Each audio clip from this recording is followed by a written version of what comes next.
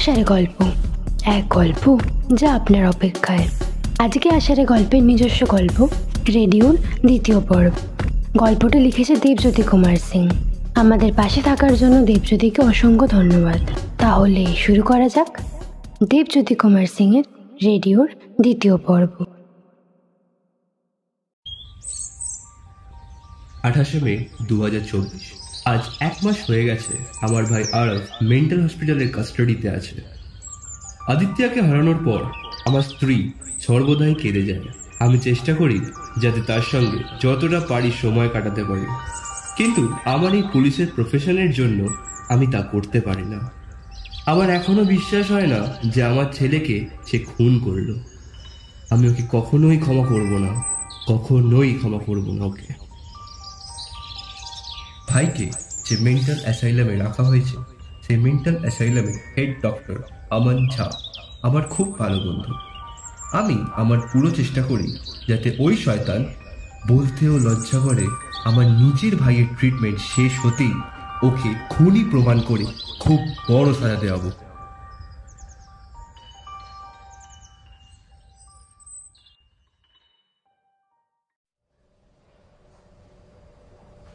মে 2024, রাত 10:50। আজ খুব অদ্ভুত একটা ঘটনা ঘটল। আজ হঠাৎ রিয়া আমায় কল করে বলল যে hello hello hello Rajiv, Rajiv, বাইরে খুব বৃষ্টি হচ্ছে, বাইরে কারেন্টও নেই, আর আরবের ঘরের মধ্যে কেউ কেউ যেন একজন আছে। এটা তো আরব কি যেন লিখছে, রাজীব কি যেন লিখছে। এই বলে ফোনটা কেটে গেল। আমি তো কিছুই বুঝতে পারছি না এসবের মানেটা কি। 1 মিনিট ভালো করে ভাবার পর মনে হলো যে হয়তো এসব রিয়ারই কোনো কল্পনা হবে। সারাদিন নিজের ছেলের চিন্তায় কেঁদে কেঁদে ও মনে হয় পাগল হয়ে গেছে, কারণ এটা তো সম্ভবই নয়। আরব কি করে বাড়ি যেতে পারে? ও তো হসপিটালে খুবই কড়া কাস্টাডিতে আছে। কিন্তু আমি নিজের মনকে শান্ত করে রাখতে পারলাম না। বাইক স্টার্ট করে বাড়ির উদ্দেশ্যে রওনা দিলাম, কিন্তু তারও আগে আমি ডক্টর আমানকে কল করলাম। হ্যালো হ্যালো হ্যাঁ আমান, আমি রাজীব বলছি। হ্যাঁ সাহেব, বলুন বলুন, শোনাই দিচ্ছে। দোস্তকে তো তুই ভুলেই গেছিস। ভাই সেসব কথা পরে হবে, তুই এক্ষুনি একবার আরবের সেলটা গিয়ে চেক কর না। কিস লিয়ে ব্রাদার? আর তুই এত ঘাবড়ে আছিস কেন? এক্ষুনি তো দেখে এলাম সব ঠিকঠাক আছে, আর আমি এই জাস্ট বেরোচ্ছি হাসপাতাল থেকে। ভাই সব বলবো, কিন্তু আমি তোকে এখন একটা রিকোয়েস্ট করছি, তুই প্লিজ একবার ওর সেলটা গিয়ে চেক করে আয়।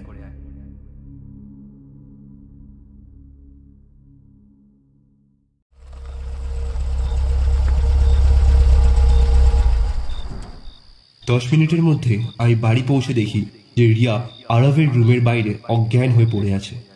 আমি তৎক্ষণাৎ জল নিয়ে এসে ছিটিয়ে দিলাম তার চোখে। রাজীব, রাজীব, রাজীব, তুমি এসেছো রাজীব, তুমি এসেছো। এই বলে সে আমাকে ভয় জড়িয়ে ধরলো আর বলল, আমি দেখেছি, আমি দেখেছি ওকে, ও এখানেই ছিল, এখানেই ছিল, এখানে। আর গোটা ঘরটা রক্তে ভেসে যাচ্ছিল। আমার কিছু বলার আগেই আমার ফোনটা বেজে উঠল। দেখি আমান কল করেছে। ফোনটা ধরলাম। হ্যালো রাজীব, ভাবি একদম ঠিক হ্যাঁ না? আমি আমানের কথা শুনে অবাক হয়ে গেলাম। আমি তো আমানকে রিয়ার কথা কিচ্ছুই বলিনি। তাহলে আমান? আমি আমানকে জিজ্ঞেস করলাম, তুই কি করে জানলি? আরে ব্রাদার, আমি যখন তোর বাত শুনে আরবের সেলটা চেক করতে গেলাম, তখন গিয়ে দেখি আরব কিসব পাগলের পোলাপ বকছে। সে বলছে, তোমরা আমাকে এখান থেকে বের করো, বের করো আমায়। ওই পিশাচ সবাইকে শেষ করে দেবে, শেষ করে দেবে। রিয়া বৌদির খুব বিপদ আছে, খুব বিপদ। আমাকে সবাইকে জানাতে হবে, বাঁচাতে হবে ওদেরকে। আমাকে বের করো,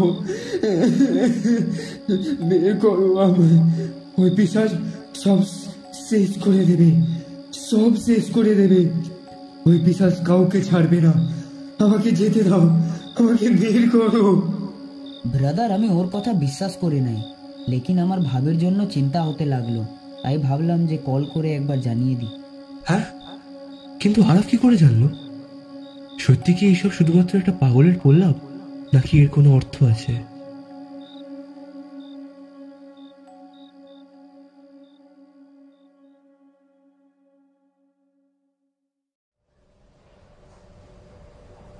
মে 2024, সকাল 10টা। আমি সারাদিন থানায় আমার চেয়ারে বসে ভাবতে লাগলাম কালকে সেই সব ঘটনার কথা। প্রথম ভাবতাম যে আদিত্যকে হারানোর পর রিয়া চিন্তায় এইসব কল্পনা করে যাচ্ছে, যেটার আদৌ কোনো সত্যি নেই। কিন্তু ওইগুলো যে শুধুই রিয়াই কল্পনা হয়, তাহলে আরব কি করে জানতে পারলো এইসব?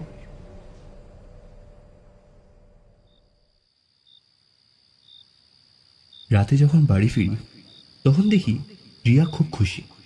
আদিত্যকে হারানোর পর প্রথমবার রিয়ার মুখে আমি ওই হাসিটা দেখতে পেলাম। ও আমাকে জড়িয়ে ধরে বলল, আমাদের নতুন সন্তানের মা আর আমি ওর বাবা হতে চলেছি। আজ 1 মাস ধরে সে প্রেগনেন্ট। আমি সেই সুখবর শুনে নিজেকে সামনে রাখতে পারলাম না, আনন্দে লাফিয়ে উঠলাম। আমার চোখে আনন্দের জল ভরে এলো। আমার আদিত্য আবার ফিরে আসছে আমার কাছে, আমার আদিত্য। কিন্তু একটা জিনিস তো আমি খেয়াল করিনি, আজ থেকে 1 মাস আগেই তো কেমন একটা অদ্ভুত আচরণ লক্ষ্য করেছিলাম আমি আরবের চেহারায়। সেই প্রথমবার লক্ষ্য করেছিলাম যখন আমি সেদিন রিয়ার জন্য ওষুধ নিয়ে ফিরছিলাম। তখন আরব কেন ওরকম ভয় দরজার দিকে তাকিয়েছিল, যেন ও কিছু একটা অমানসিক ভয়ঙ্কর জিনিসের অপেক্ষা করছিল। আরব কি সত্যি বলছে? না না না, ওই শয়তান আমার ছেলেকে খুন করেছে, আমি ওর শেষ দেখেই ছাড়ব।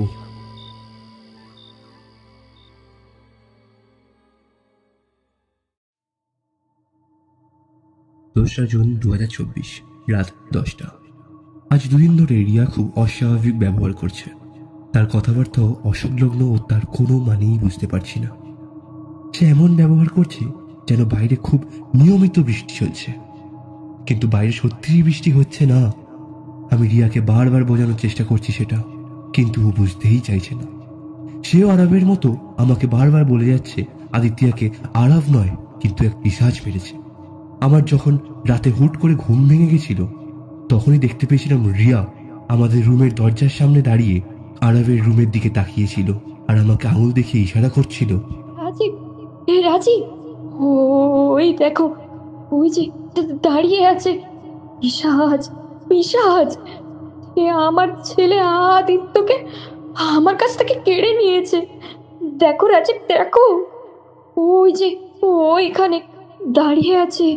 আমি ওকে শান্ত করালাম, তারপর নিজেও ভালো করে আরবের রুম হতে জানলার বাইরে দেখতে লাগলাম।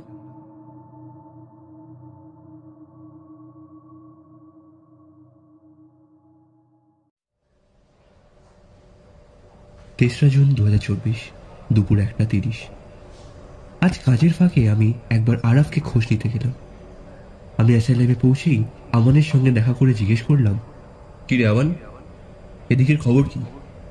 আমার ভাইয়ের কিছু আপডেট আছে? আরে ব্রাদার, বসো বসো। হ্যাঁ, ওই কুর্সিটা টেনে বসো, অনেক কিছু বলার আছে তোকে। Anything vital? ভাইটাল তো হ্যাঁ। তোর ভাই মানে আরব আজকাল और भी अजीब बर्ताव করছে। এখন তো খানা পিনা भी বন্ধ করে দিয়েছে। সারাদিন খালি বলে যে ওকে এখান থেকে ছুটকারা দিতে, না হলে নাকি ওর জান भी लिए লিবে। আর হ্যাঁ, এ भी बोलता है वो लड़का कि उसे अगर এখান থেকে না ছাড়ি তাহলে নাকি পিশাচ না কি যেন বতালো, ওটা ওদের ফ্যামিলিকে বরবাদ করে দেবে। আমি কিছুই বুঝতে পারছিলাম না। এই এতদিনের কর্ম সংযোগেও আমার এইরকম কঠিন পরিস্থিতির সম্মুখীন হতে হয়নি। একদিকে রিয়ারকে হারিয়ে ফেলার ভয়, আর অন্যদিকে আরবের এইসব মানহীন কথাবার্তা। সেই সময় হঠাৎ আমার বলে উঠল, ব্রাদার, তুই বলেছিলিস না যে তোর ভাই हर वक्त তার কোনো এক ছোট রুমে বসে কাহিনীয়া লিখতো? হ্যাঁ হ্যাঁ, তো কিউ না আমরা ওই রুমটার একবার ভালো করে তল্লাশি লি। কিছু জিনিস মানে ওইসব ব্যাপারে কিছু না কিছু তো পতা भी चल सकता है। আমি আমানের উদ্দেশ্যটা বুঝতে পারলাম। তৎক্ষণাৎ রাজি হয়ে আমানকে রিকোয়েস্ট করলাম যাতে ওই দিন রাতে আমাদের বাড়ি আসে।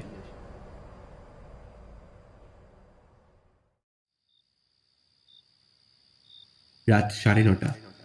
বাড়ি ফিরতেই আমরা খাওয়া দাওয়া সেরে নিলাম। রিয়াকে ওষুধ দিয়ে রেস্ট নিতে পাঠিয়ে দিই। আমি বারান্দায় বসেছিলাম, সেই সময় দরজায় কেউ নক করলো। উঠে গিয়ে দরজাটা খুললাম। আমান দাঁড়িয়ে আছে। আমি তাকে ঘরের মধ্যে আসতে বললাম। সে এলো। কিছুক্ষণের একটা এটা সেটা কথা বলতে বলতেই আমরা দুজন একটা করে হাতে টর্চ নিলাম। আমরা টর্চ হাতে আরবের সেই ছোট রুমটার সামনে দাঁড়িয়েছিলাম। কেন জানি না, এটা হওয়ার কথা নয়, কিন্তু আমি সত্যি খুব নার্ভাস ফিল করছিলাম।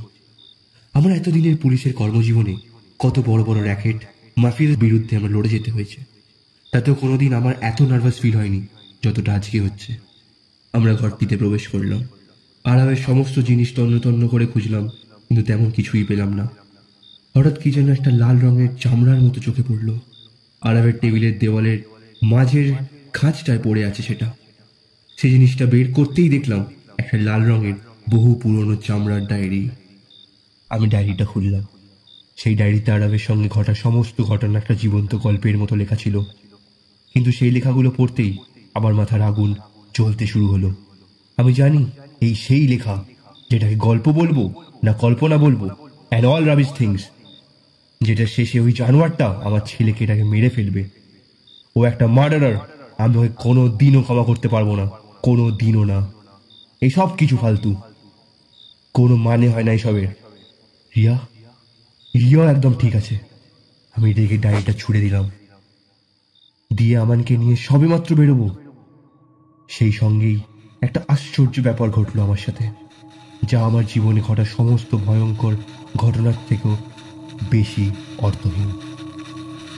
আমাদের পিছন থেকে একটা যেন রেডিও শুরু হওয়ার আওয়াজ পেলাম। ঘুরে যা দেখলাম তা দেখে পায়ের তলা থেকে মাটি সরে গেল। একটা রেডিও ঠিক আরবের টেবিলের ওপর, যেখানে একটু আর কিছুই ছিল না সেখানে ছিল রেডিওটা। এসব কি? এটা কি কোনো মানে আছে? এটা কোথা থেকে এলো? हम जाने ना ब्रदर। আমরা সব কিছু বোঝার শক্তি যেন হারিয়ে ফেলেছি। সেই রেডিওর আওয়াজ যেন আমাদের সম্মোহিত করে রেখেছিল। কিন্তু এখানেই শেষ নয়। এরপর যেটা ঘটল তা আমরা কখনো প্রত্যাশাও করিনি। একটা হাসির শব্দ। সেটা কোনো মানুষের হাসি হতেই পারে না। কোনো মানুষের সেই গলা নয়, যেন সাক্ষাৎ অন্ধকার নিজেই সেই হাসি নিয়ে জীবন্ত হয়ে উঠেছে। এই সব কিছুর সঙ্গে আমরা আরো একটা জিনিস লক্ষ্য করলাম, বৃষ্টির শব্দ। একটা ঠান্ডা হাওয়া আমাদের কান ঘেঁষে বেরিয়ে গেল। জীবনে এই প্রথমবার আমি এতটা আতঙ্কিত হলাম, এতটাই যে পিছনে ঘুরে সেই প্রতিধ্বনিকে সম্মুখীন হওয়ারও সাহস ছিল না। কিন্তু আদিত্যকে তো ওরাই কেড়ে নিয়েছে আমার থেকে। আমি ছাড়বো না ওদের, ছাড়বো না আমি ওদের। আমার ছেলেটাকে হারানোর সেই রাগ মনের মধ্যে সেই বিভীষিকাকে দূর করে তুললো। আমি সাহস করে তাকালাম পিছনে। এটা কি? এটা একটা নিখোঁজ কালো ছায়ার মূর্তি। তার থেকেই সেই হাসির কান ফাটানো আতঙ্কের শব্দ ছিটিয়ে আসছিল আমাদের তাকে। এতক্ষণে আমার রাগ আমার ভয়ের জায়গাটা নিয়ে নিয়েছে। তোকে আমি ছাড়বো না পিশাচ। তুই আমার ফ্যামিলির উপর হাত তুলে দেখা, আমি তোকে শেষ করে দেবো। আমি কিছু করার আগে চোখের সামনে কি সব ছবি ভেসে উঠল। 28 এপ্রিল দাদুর 65তম জন্মদিন। আমার মা বাবা দাদুর সঙ্গেই দেখা করতে আসছিল, কিন্তু এক দুর্ঘটনায় সব শেষ। 28 এপ্রিল দাদুর 72তম জন্মদিন। আরবের হাতে সেই হাত করা, আর ওই পাশে আমার ছেলে, আমার আদিত্যের সেই কাটা শরীরটা। গডরে ওল্ড এজ হোম নামের একটা বিল্ডিং। হ্যাঁ, এটাই তো সেই বৃদ্ধাশ্রম যেখানে দাদু দিদা। ওইটা কি দাদু না? কাকে কি যেন একটা দিচ্ছে। লোকটার মুখটা দেখতে পেলাম না। একটা ডায়েরি মনে হলো, ডায়েরির মতোই কি একটা দিল। সেই দৃশ্যগুলি আমার অস্পষ্ট হলেও দাদুর কথাগুলো স্পষ্ট শুনতে পাচ্ছিলাম। দাদু বলছে, কুন্দন,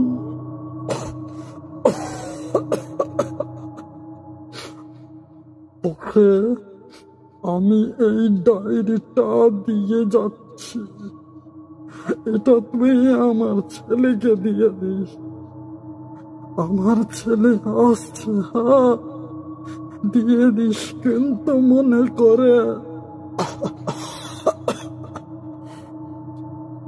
আমার কাছে বেশি সময় নেই, আমাকে যেতে হবে। আর হ্যাঁ, এটাও বলে দিস যে ও সবার জীবন ধ্বংস করে দেবে। তারপর চোখের সামনেই শুধু নিখোঁজ কালো অন্ধকার আর অন্ধকার।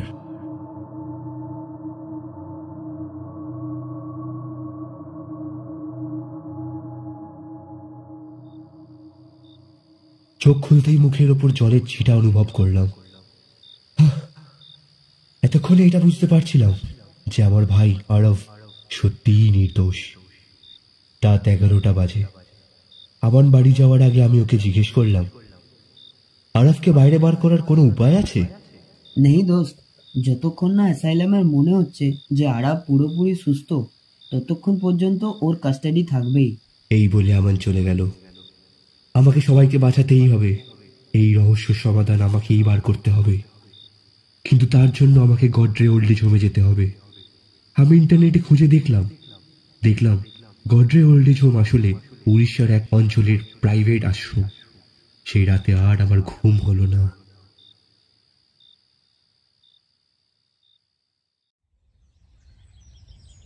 4 জুন 2024 সকাল 7টা।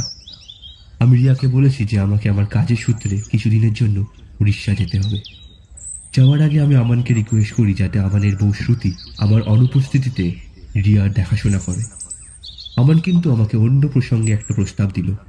সে বলল, ব্রাদার, তুই কি আরবের সাথে দেখা করতে চাস? না না রে আমান, আমি কখনই আরবের ভালো দাদা হতে পারিনি। আমার নিজের উপর লজ্জা করে। আজ আমার এই ভুল বোঝাবুঝির জন্যই ওর এই অবস্থা। আমি ওর সঙ্গে সেদিনই দেখা করব যেদিন আমি ওকে নির্দোষ প্রমাণ করব।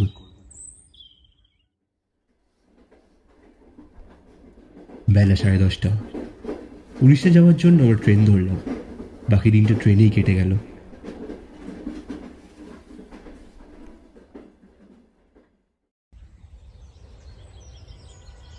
5 জুন 2024 সকাল 11টা। এখন আমি গডরে ওল্ড এজ হোমের সামনে দাঁড়িয়ে আছি। আমার মাথায় তখন একটাই নাম ঘোরাফেরা করছিল, সেটা হলো কুন্দন। কুন্দনই আমার সব প্রশ্নের উত্তর দিতে পারবে। আমি এগিয়ে গিয়ে সিকিউরিটি গার্ডের সামনে জিজ্ঞেস করলাম। সে আমাকে একজন 50-55 বছরের ভদ্রলোকের কাছে নিয়ে গেল। আপনার নাম কি কুন্দন? হ্যাঁ, মোর নামই কুন্দন। কিছু কি সমস্যা হয়েছে? আপনারা কারা? আপনি কি গোবিন্দ গাঙ্গুলি বা কুন্তি গাঙ্গুলি নামে কাউকে চেনেন? হ্যাঁ হ্যাঁ হ্যাঁ, মনে পড়ছে, কিন্তু ওরা তো এখান থেকে গেছে 16 বছরেরও বেশি হয়েছে। আপনি কি ওনাদের ছেলে? না না, আমি ওনার নাতি রাজীব গাঙ্গুলি। আচ্ছা, উনি কি আপনার কোনো ডায়েরি দিয়েছেন? সেই ভদ্রলোক আমাকে আগাগোড়া দেখে বলল, হ্যাঁ, আমার নামই কুন্দন দাস। হ্যাঁ, তোমার দাদু আমাকে একটা ডায়েরি দিয়েছিল। আজ থেকে প্রায় 22 বছর হয়েছে আপনার দাদু আর দিদা এখানে এসেছিল। তখন আমি সবই মাত্র লয়া কাজে ঢুকছি। এখানে সবাই তখন আমার চিনা জানা থাকেনি, কিন্তু আপনার দাদু খুবই মিশুকে ছিল। আমি ছোট থেকেই অনাথ, মা বাবা কেউ নাই। আপনার দাদু আমাকে নিজের টকার মতন ভালোবাসত, আমিও তাকে খুব শ্রদ্ধা করতাম। একদিন জানো কি, আপনার দাদু তার বউ মানে তোমার দিদার ব্যাপারে একটা কথা বলল। কি কথা? কি বললো দাদু? সব শুনে আমি নিজের অস্তিত্বটাকেও বিশ্বাস করতে তৈরি ছিলাম না। এটা কি করে সম্ভব? আমার নিজের দিদাই? কি করে হতে পারে এটা? তাহলে আমাদের পরিবারের এই পাষাণ অভিশাপ আমাদের নিজের দিদার জন্য। এরপর কিছু বলার আগেই দেখলাম ভদ্রলোক একটা পুরনো সুটকেস নিয়ে এসে তার মধ্যে থেকে একটা বহু পুরনো ডায়েরি বের করে আমার হাতে দিল আর বলল, এই ডায়েরিটা আপনার দাদু এখান থেকে চলে যাওয়ার আগে আমাকে দিয়েছিল, আর আমাকে কইছিল, কুন্দন,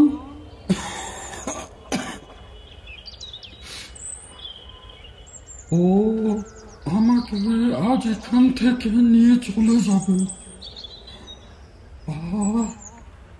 আমার অত ক্ষমতা নেই যে ওকে আমি আটকাবো, কিন্তু তুই এই ডায়েরিটা আমার ছেলে রাঘবকে দিয়ে দিস। আজ আমার জন্মদিন, ও আজ আসছে, এখানে আসছে, দিয়ে দিস। এই বলে তো উনি চলে গেল, আর আমি পড়ে রইলাম তার ছেলের অপেক্ষায়। কিন্তু তার ছেলে আর আইলানি। আমার মা বাবা এখানেই আসছিল, কিন্তু রাস্তায় একটা দুর্ঘটনায় তারা প্রাণ হারায়। এ বাবা, সরি, আমারই ভুল ধারণা থাকলো যে সেও বোধ হয় তার বাবার সাথ ছেড়ে দিচ্ছে। It's okay. আমিও প্রথম ভাবতাম যে আমার মা বাবা কতটা নিষ্ঠুর, যে নিজের মা বাবা অর্থাৎ আমার দিদা দাদুকে ঘর থেকে তাড়িয়ে দেয়। কিন্তু পরে জানতে পারলাম যে তারা আমাদের জন্য কতটা বিপদের ঝুঁকি নিয়ে আমাদেরকে রক্ষা করেছে। শুধু ওরাই নয়, আমার দাদু, আমার ভাই আরব কতটা লড়েছে ওই অভিশপ্ত পিশাচের সঙ্গে। কিন্তু আমি সবাইকে ভুল বুঝে গেলাম। আমি এর বিহিত দেখেই ছাড়বো না আমি ওই পিশাচকে। যে করেই হোক সবাইকে আমাকে রক্ষা করতেই হবে। ছাড়বো না আমি ওকে, ছাড়বো না। আমি দাদুর সেই ডায়েরিটা খুললাম। তাতে বিশেষ করে কোনো ডেট মেনশন করা ছিল না। এটা কি? এটা একটা হাতে লেখা চিঠি না? হ্যাঁ তো, যেন মনে হচ্ছে কেউ যেন খুব তাড়াহুড়োতে লিখেছে এই চিঠিটা। আমি যবে থেকে এখানে এসেছি তবে থেকে তোর মায়ের ব্যাপারে জানার চেষ্টা করে চলেছি। প্রথমে তো সে আমাকে সব সময় চোখে রাখত। তার জন্য আমি তার বিরুদ্ধে কিচ্ছু করতে পারি না, কিন্তু আমি সুযোগ পেলাম। এখানে প্রত্যেক সপ্তাহে ডাক্তার বাবুর চেক আপ করতে আসে। তখনই আমি কম করে হলেও 2 ঘন্টার মতো সময় পাই ওর চোখের সীমানা থেকে দূর হতে। সেরকম একদিন সুযোগ করে তোর মায়ের ভাই মানে তোর মামা সোমনাথের সঙ্গে কথা বলি। সে আমাকে বলে, জামাইবাবু, আসলে আমার দিদি মানে তোমার স্ত্রী কুন্তি গাঙ্গুলি আমার মা বাবার নিজের সন্তান নয়। আমার বাবা পিসাচাকুর নামক একটা আদিবাসীর ওপর রিসার্চ করতে গিয়ে আমার দিদিকে দত্তক নেয়। বাবা বলেছিল যে ওই আদিবাসী দলের সবাই আমার দিদিকে একা ফেলে রেখে পালিয়ে গেছিল। আজ ওই আদিবাসীর অনেক বংশধর উড়িষ্যার তালপুরা নামে একটা ছোট গ্রামে বসবাস করে। ব্যাস, এতটাই আমি তোকে সাহায্য করতে পারতাম। আজ 5 বছর পর আমি ভেবেছিলাম যে তোর সঙ্গে একবার দেখা হবে, কিন্তু তোর মা সব জানতে পেরে গেছে। সে চায় না যে সব আরো তথ্য তুই জানতে পারিস। আমার জীবনের একটা ইচ্ছে ছিল যে আমি নিজের পরিবারের সঙ্গে সুখে জীবনযাপন করব, কিন্তু সেসব শুধু আমার স্বপ্নই থেকে গেল। তুই ভালো থাকিস। দাদুর চিঠিটা পড়ে আমার চোখের জল বাঁধ মারল না। আমার দাদু, আমার মা, বাবা, ভাই সবাই শুধুমাত্র একটা সুখে তাদের নিজের পরিবারের সঙ্গে জীবন কাটাতেই চেয়েছিল, কিন্তু তা হতে দেয়নি সেই পিশাচটা। আমি ভদ্রলোককে বিদায় জানিয়ে বৃদ্ধাশ্রম থেকে রওনা দিলাম। আসার সময় ওনার কাছ থেকে তালপুরা গ্রামের ঠিকানাটা নিতে ভুলিনি। সেই গ্রাম এখান থেকে প্রায় 10 কিলোমিটারের দূরত্বে। আমরা বাস ধরলাম তালপুরার উদ্দেশ্যে। এখনো অনেক জিনিস আমার জানা থেকে গেল। সেই সব উত্তরগুলো আশা করি তালপুরাতেই পাবো। হয়তো এটাই সেই জায়গা যেখানে আমি আমার পরিবারকে পিশাচের হাত থেকে বাঁচানোর উপায় পেয়ে যাব।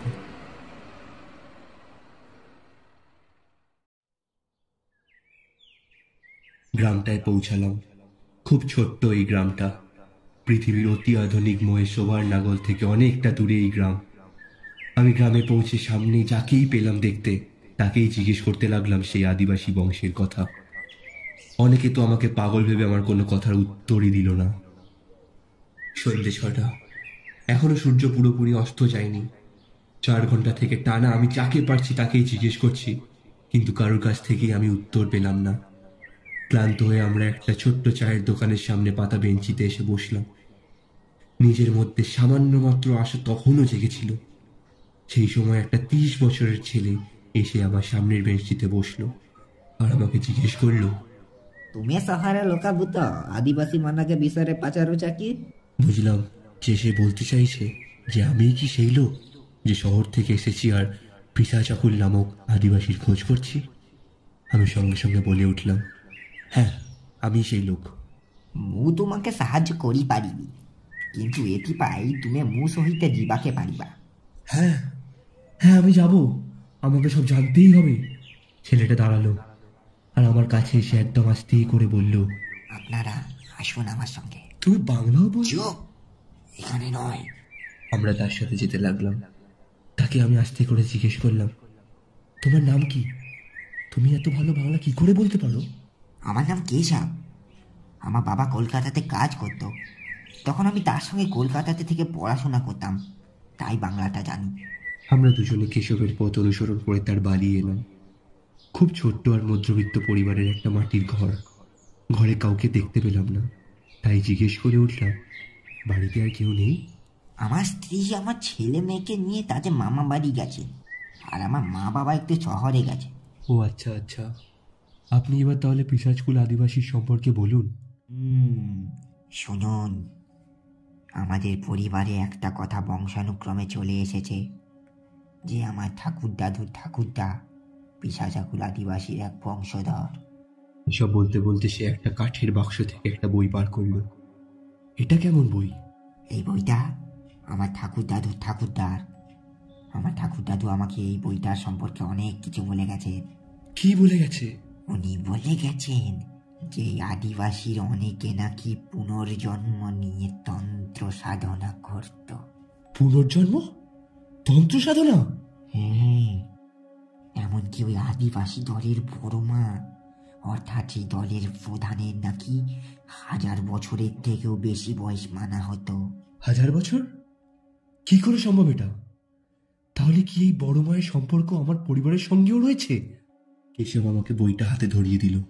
আমার ভয়ে হাত কাঁপছিল, কিন্তু তাও এই বইটা খুললাম। বইটা মোটেও একটা সাধারণ বই নয়। আমি পৃষ্ঠা পাল্টে যাচ্ছিলাম। প্রত্যেক পৃষ্ঠাতেই কিসব আঁকিবুকি কাটা ছিল, কিসব মন্ত্র লেখা ছিল। অবশেষে একটা আশ্চর্য পৃষ্ঠাতে আমার চোখ আটকে গেল। তাতে কিসব ক্রিয়ার উপদেশ লেখা ছিল যে কিছু বলির মূল্যে একজন নিজেকে আবার অন্য একজন মানুষের মধ্যে পুনরায় জন্ম দিতে পারত, কিন্তু সেই সব বলি যেন নিজের বংশের আত্মীয়দের হওয়া উচিত। কিন্তু এই সাধনার কোনো একটা বিহিত তো হবেই। আমি পরের পৃষ্ঠা পাল্টালাম। তাতে দেখলাম লেখা আছে যে যেই মানুষটির মধ্যে বড় মা আবার জন্মগ্রহণ করবে, সেই মানুষটির বংশের কেউ একজনই তার প্রাণ ভোমরা নিধন করা শক্তি রাখবে। কিন্তু একটা জিনিস তো আমি আগে ভাবিনি, যদি এই বইটা বড় মায়ের বংশধরের, তাহলে কেশব কেনই বা আমাকে এসব দেখাবে? তার উদ্দেশ্যটা কি?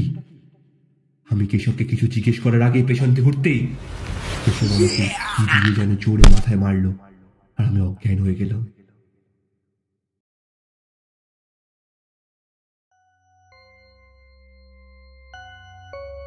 আরব, আরব, কি হয়েছে আমার দাদা? তুমি এরকম করছো কেন? मुझे मेरा बीवी का कॉल एलो। वो আমাকে বলতে লাগলো যে রিয়া ভাবি আর ওর খুব বিপদ। उस घर में কেউ কেউ ঘুষে গেছে। কি কি বলছোটা কি? हाँ हाँ हाँ, हमें उन्हें बचाते হবে আর তোমাকে এখান থেকে বেরোতে হবে। কিন্তু আমি কি করে বেরোবো? সেই নিয়ে তোমাকে চিন্তা করতে হবে না, মেরা উপরওয়ালা को আমি ম্যানেজ করে নেব। সে আজকে এখানে নাই, তাই সব দায়িত্ব আমার উপর আছে। তোমাকে আমি বার করব, বাঁচাতে হবে ওদেরকে, বাঁচাতে হবে। ঠিক আছে, চলো চলো, বের করো আমায়, বের করো। এই বলে আমান দাদা আমার সেলের দরজাটা খুলে দিল, আর আমরা আমাদের বাড়ির দিকে তৎক্ষণাৎ রওনা দিলাম।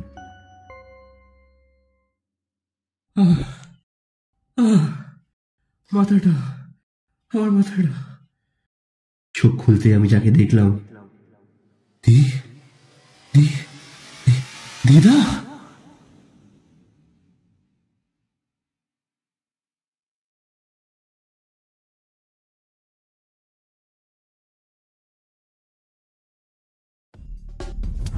আপনারা শুনছিলেন দেবজ্যোতি কুমার সিংয়ের রেডিওর দ্বিতীয় পর্ব। গল্প পাঠে অর্থাৎ রাজীবের ভূমিকায় অরুণাশিস, আমানের ভূমিকায় দেবপ্রিয়, রিয়ার ভূমিকায় মনীষা, দাদুর ভূমিকায় ধর্মেশ, কুন্দনের ভূমিকায় সত্যম, সোমনাথের ভূমিকায় ইস্তাক, আরব ও কেশবের ভূমিকায় শুভজিৎ এবং গল্পের সূত্রধার আমি অনুষ্কা। এরকম আরও গল্প পেতে চাইলে লাইক করুন ও সাবস্ক্রাইব করুন আমাদের চ্যানেল আষাঢ়ে গল্পকে। এক গল্প যা আপনার অপেক্ষায়।